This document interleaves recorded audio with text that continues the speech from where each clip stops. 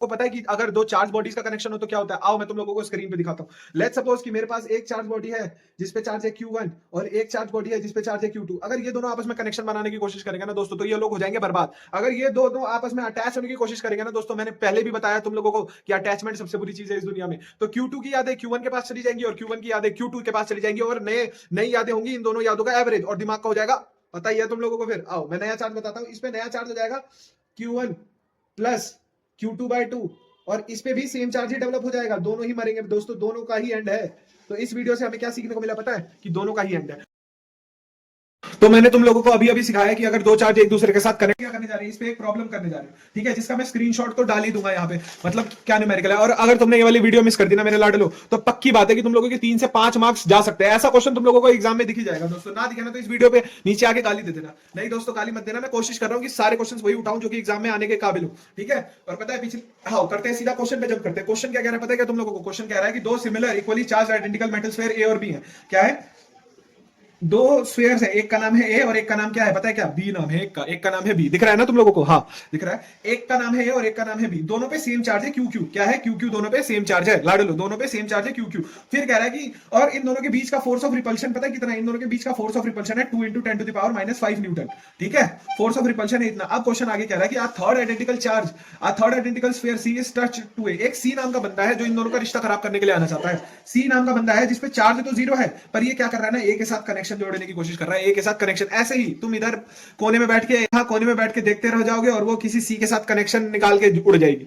मैं दोस्तों फिजिक्स के साथ जिंदगी का भी ज्ञान देते हुए चलूंगा तुम लोगों को। अब ये सी क्या कर रहा है? ए के साथ कनेक्शन बनाने की कोशिश कर रहा है। और मैंने अभी तुम लोगों को थोड़ी देर पहले बताया कि अगर दो चार्जेस एक दूसरे के साथ कनेक्शन बनाने की कोशिश करेंगे तो इन दोनों पे चार्ज का एवरेज डिस्ट्रीब्यूट हो जाएगा। तो न्यू चार्ज होने पता है क्या हो जाएगा लाडलो?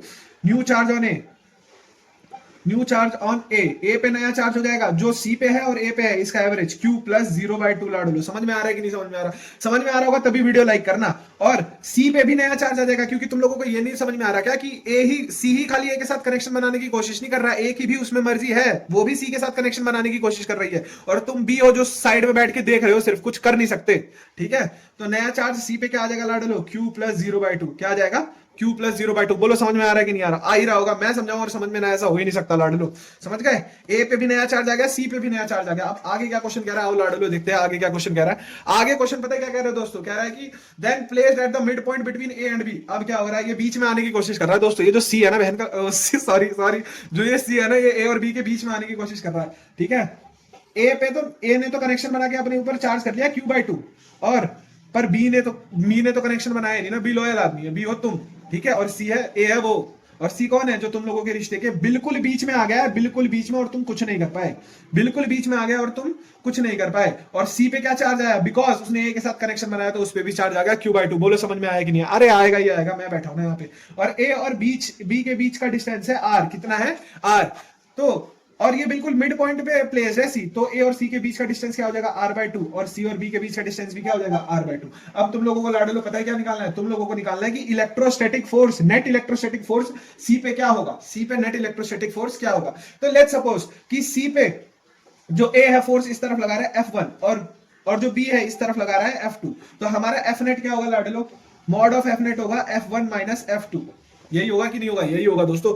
ये क्वेश्चन तुम लोगों के पेपर में ऐसा क्वेश्चन जरूर देखने को मिलेगा। मैं कह रहा हूं तुम लोगों का घाटा अगर तुम लोगों ने ढंग से नहीं पढ़ाई करी तो। यहां पर मैं बैठा हूं F नेट, अब F1 निकालूं, अगर मैं F1 निकालूं तो Q/2 और Q/2 है, Q/2 और Q/2 है। तो F का फॉर्मूला पता है क्या होता है? इलेक्ट्रोस्टैटिक फोर्स निकालने का फॉर्मूला KQ/R²। चलो फिर निकाल देता हूं मैं। Q/2 upon R² minus F2 क्या होगा पता है? Q/2 और R/2 का होल स्क्वायर होगा मेरे लाडलो, क्योंकि डिस्टेंस तो R/2। गलती इंसान से ही होती है दोस्तों, ठीक है। चलो भाई इतना समझ में आ गया भैया। आगे क्या करें हम लोग? आगे ये करना है तुम लोगों को, देखो F नेट, ठीक है। KQQ, अगर QQ मल्टीप्लाई हो गया तो Q² हो गया, और 2 × 2 = 4 होता है, 2 × 2 = 4 होता है, डिवाइड बाय R²/4। इतना क्लियर है क्या? बिल्कुल बोलो, तुम लोग उस तरीके से समझा रहा हूं। KQ²/2 upon R²/4। बोलो इतना क्लियर है क्या?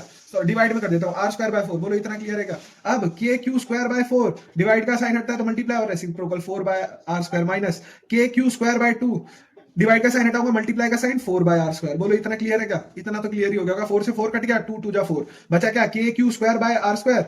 Minus K Q square by R square. अब अगर मैं यहां से, अरे कहीं तो कुछ गड़बड़ हो गई, यहाँ 2 k क्यू स्क्वायर, यहाँ पर 2 आया था ना, अगर मैं यहाँ से K Q square by R square common ले लूं तो बचा क्या, 1 माइनस 2 दोस्तों, क्या बचा 1 माइनस 2।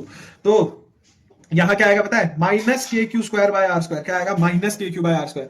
तो अब ये नए चार्ट, नया फोर्स जो सी पे लग रहा है वो इतना लग रहा है, और तुम अगर क्वेश्चन में देखोगे ना तो तुम्हें ए और बी के बीच का पहले का फोर्स दे रखा था, मतलब के क्यू बाय आर स्क्वायर की वैल्यू तो 2 इंटू 10 माइनस 5 न्यूटन ही थी। तो बस क्या हुआ, सी पे जो नेट फोर्स हुआ इसका नेगेटिव हो गया, तो ये जो सी पे जो नेट फोर्स होगा ना दोस्तों, पेज नहीं पलट रहा, सी पे जो नेट फोर्स होगा वो होगा माइनस 2 इंटू 10 माइनस 5 न्यूटन। ठीक है, चलो बढ़िया है, मजा आ गया होगा। तो मैंने पूरी कोशिश करी तुम लोगों को ये न्यूमेरिकल समझाने की। अगर तुम लोगों को ये न्यूमेरिकल समझ में आया है तो इस वीडियो को लाइक करते हुए जाना। अगर तुमने पहली वीडियो पे ही अच्छा रिस्पांस दिखाया तो मैं कोशिश करूंगा कि 22 फरवरी को आएगा फिजिक्स का पेपर, तब तक मैं इतने न्यूमेरिकल तुम लोगों को करा दूं, क्योंकि न्यूमेरिकल नहीं करा रहा कोई अच्छे, इतने न्यूमेरिकल इधर करा दूं, इतने न्यूमेरिकल इधर करा दूं कि तुम लोगों को 90% न्यूमेरिकल मेरे ही चैनल से मिले। तो दबा के लाइक कर देना इस वीडियो को। जो भगवान पे भरोसा करेगा ना कि जिसको 90% चाहिए वही लाइक करेगा इस वीडियो को। तो आओ भाई, आओ भाई, और मेरे इंस्टाग्राम को भी फॉलो कर लेना, लॉज ऑफ शिव। मैंने वहां पर वो कॉन्सेप्ट और रील्स के थ्रू समझाया है। तो या मिलते हैं अगली वीडियो में, तब तक के लिए अपना ध्यान रखो, सावधान रहो, सतर्क रहो और देखते रहो लॉज ऑफ शिव को, वरना तुम्हारे लॉ डे लग जाएंगे एग्जाम में। बाय। तो मेरे को माफ कर दो।